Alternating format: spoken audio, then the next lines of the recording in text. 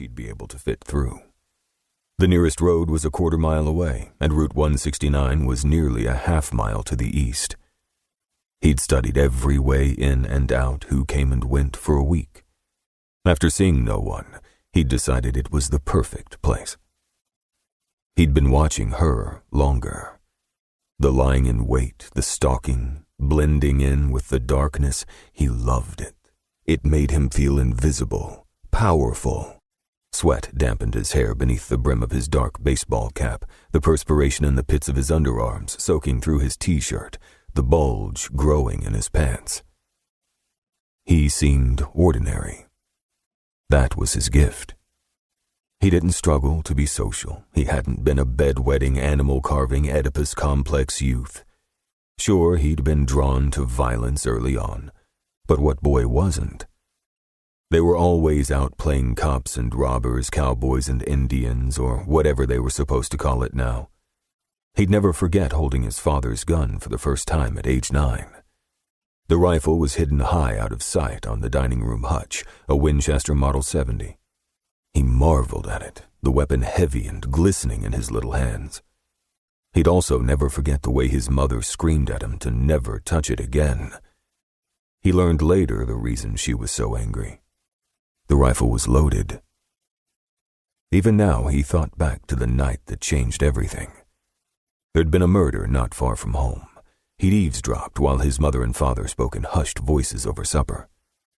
When it came on the nightly news, his parents shut off the television, but it was the talk of the town, so he soon learned. A girl had been raped and beaten to death by her ex-boyfriend. Everyone knew Marcy Knight for her double Ds, and they knew Billy Sims for being a low-life piece of shit. Only a few miles away, he couldn't resist the urge to sneak out. He slipped out late that evening when everyone was asleep and rode his 7-speed mongoose switchback 2 miles, cloaked in black to blend in with the night. Grouse Creek Road was surrounded by wide open land, mostly wild grass, tall weeds, and barley fields. There were some houses and barns spaced out, but at night it was capsuled in blackness.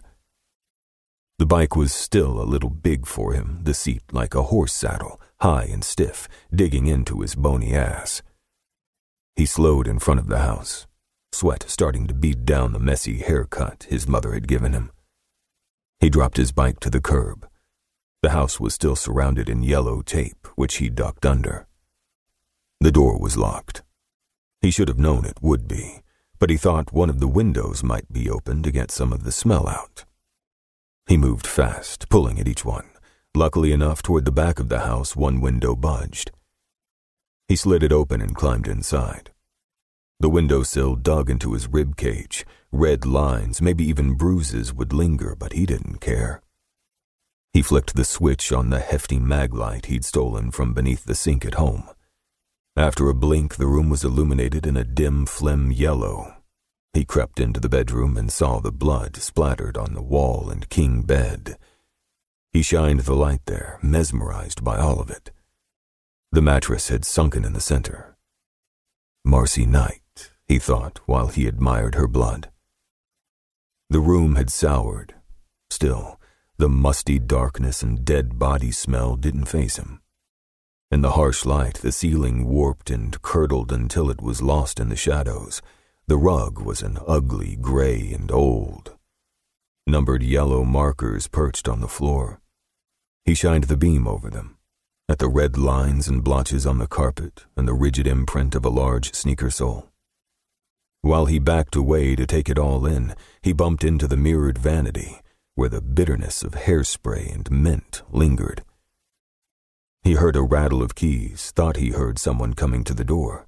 He flicked off the flashlight, ran to the window, and hopped down to the ground, his pants catching him, tearing as he climbed over the sill.